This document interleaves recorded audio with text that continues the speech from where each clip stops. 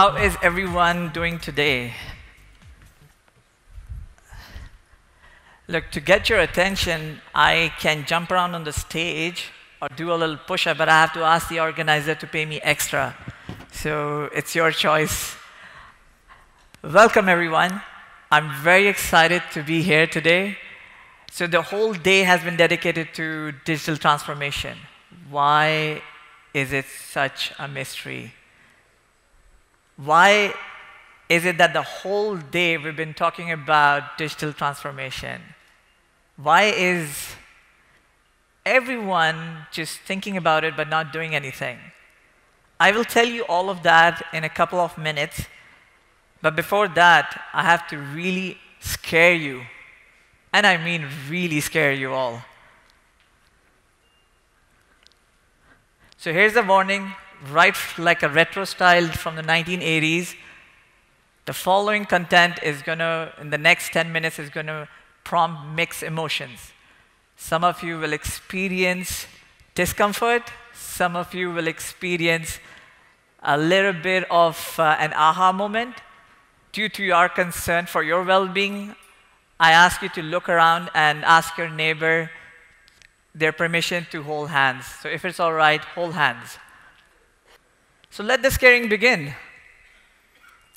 Statistics, dark statistics have proved that the average lifespan of an S&P 500 company was 65 years in 1960. In 1980, it was 27 years. Now, or back in 2015, it was just 15 years. So ask yourself a question, why? So by the end of every slide, I would like you to internally think about it, why? Why is it happening? Some more scaring and some more dark statistics.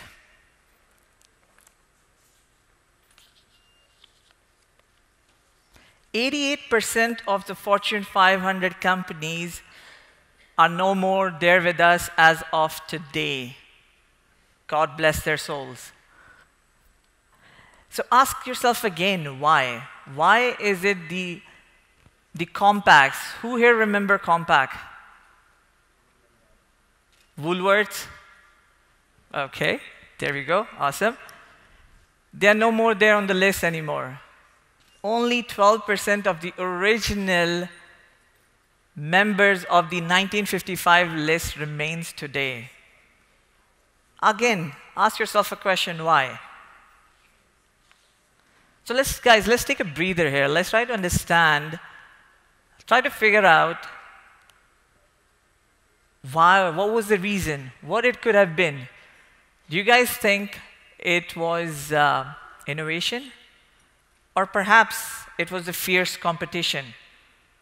Or was it emerging markets not being in the right place at the right time? Or R&D?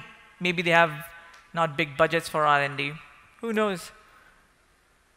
So if this room agrees that one of this could be a reason, I have to say that you're 100% wrong. Usually I get a laugh on that point. So here is why I say that none of those are the reason. Nokia, let's take an example of Nokia. Nokia, in spite of owning 30% of the world mobile GSM patent, they are still struggling to find themselves relevant in today's day and time. Kodak invented the first digital camera technology, but failed to capitalize on that. General Motors, they produced the first electric car almost 20 years ago. And now, look at them. They're playing catch up with Tesla.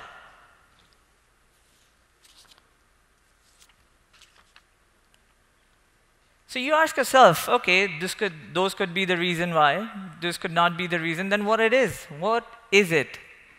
The single biggest reason is digital. Says who? Says this smart person on the screen. Who's the CEO of Accenture, a company that works with 3/4 of the Fortune 500 companies. So he's a smart person in the room, and he says it is digital, and he says that's the biggest contributor for the companies who are no more on the list of the Fortune 500 company. That's the single biggest reason. Some additional proof. Are you guys being scared? So Harvard Business Review did a survey and asked top executives in all industries to, in their each industry, what is digital disruption and when can they expect it? And everyone in the results said that they are expecting it in the next 12 months. How alarming is that?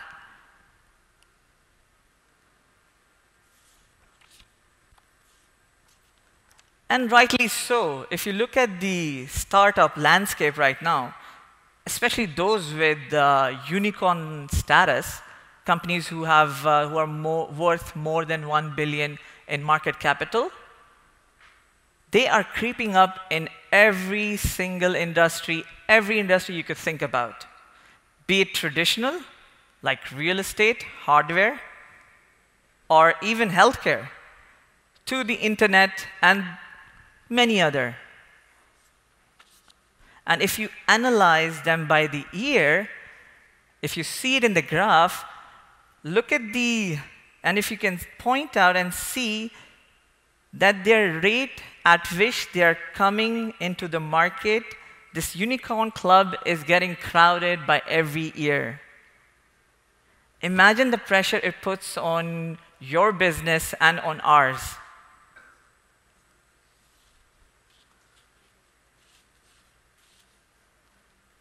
So my question to everyone here in this room is, are you ready to swim, or are you ready to sink with the wave of digital disruption? It is coming. It has already done immense damage, or I would rather say that it's changed the way business is being done in music industry, photography, TV, news. So you can't just sit around and wait for it to disrupt your business.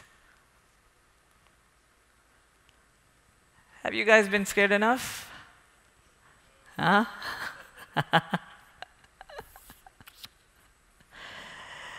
So if I suggest, if you're still holding hands, to let go, it's fine. You gotta relax. Today I stand here not as a success story, but as an agent of hope, to inspire action, to tell you guys, if we are an SME, if we can do it, an organization that is 28-year-old in UAE, if we can do it, you guys can do it as well. For those of you who don't know our organization, I'm part of Al Sharqi Shipping. We are from a very boring and traditional and relationship-based industry that's called shipping and logistics. It sounds boring, isn't it? So we are a made in UAE. We have been in operation for the last 28 years. And in 2015, we were awarded the top 100 SME by Dubai Economic Department, among other 4,500 companies that applied for it. Some more accolades. We are recipients of multiple awards from our industry. We have expanded our operations in Asia, Africa. We're nowhere near the titans of our industry globally, but we are, regionally, we could say that we are one of the top 15 or maybe top 20. So how does a 28-year-old organization stay relevant and keep growing? That's the question we're going to answer.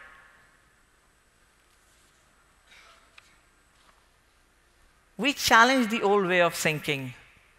We challenge it every day. And we change a lot. We have changed a lot of things in our organization, from traditional to digital.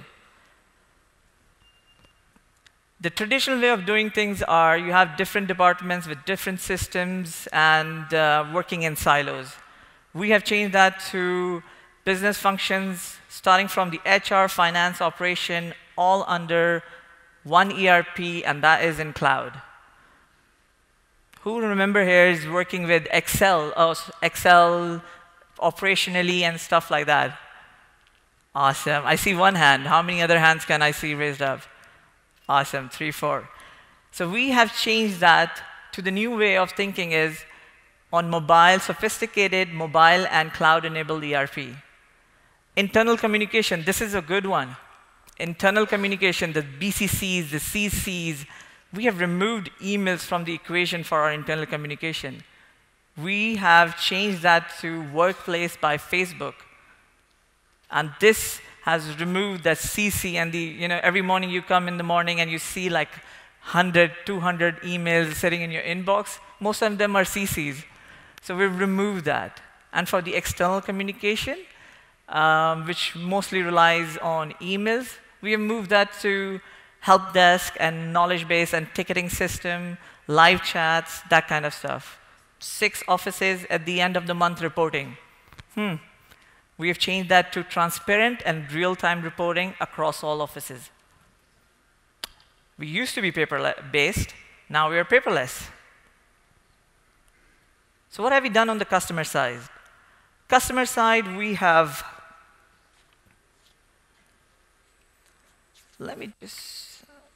what we have done on the customer side is that we have given our customer a mobile portal, which is a 24/7 available access that is available for them on their mobile or their desktop. We have personalized omni-channel experience. You could reach us out on Facebook. You could reach us out on Twitter. Any way possible you want to reach us out, we have a centralized system. We gather all the communication, and then we resolve them. Real-time visibility and monitoring. We provide our customers that. And soon enough, we'll be coming out with our own version of an Uber-like app that's going to give another dimension to our customers.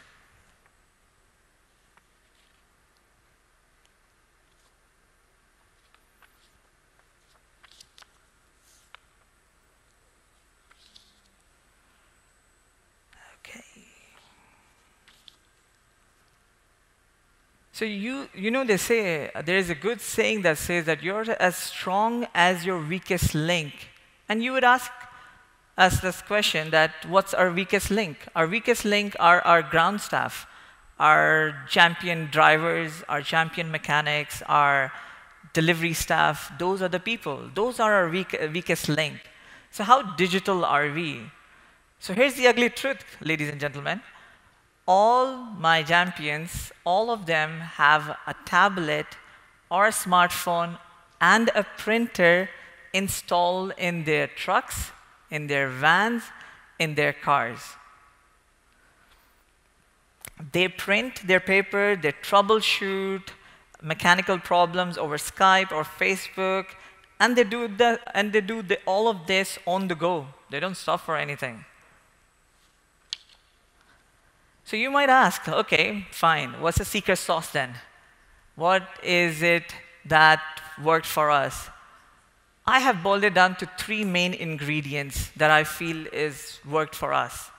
1, our management rotation program. So we are a family-based business, and we have 5 siblings.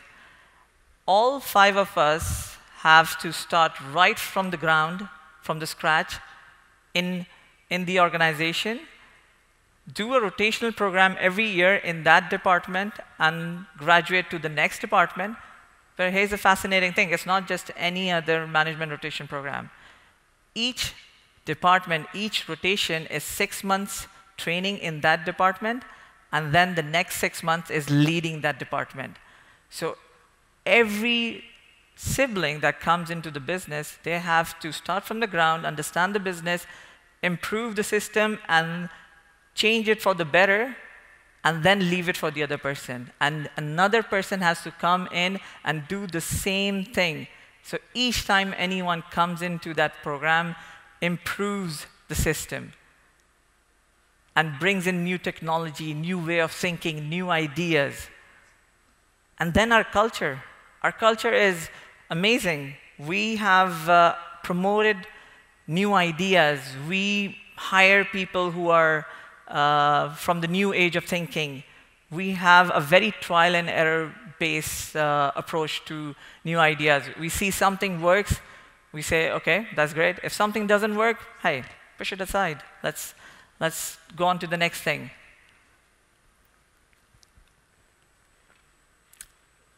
What can an organization like yourself can do now? What can you guys do? And if I want to leave you guys with something of a value that what you can start doing right now, is I want to leave you guys to inspire to commit to the cause. It does not happen overnight. It cannot happen overnight. It took us 7 years or probably a decade to transform and get everyone into the new way of thinking. So commit to the cause. Build a culture around it. Find people who come from a new age of thinking. Promote them. Use their ideas. And finally, build a role that can speed up this transformation. A digital officer, chief digital officer. Because it cannot be anywhere in the lower end of the management. It has to be right there at the C level so that they have the relevant power, they have the relevant authority to promote those changes and make it happen. Or else it won't happen.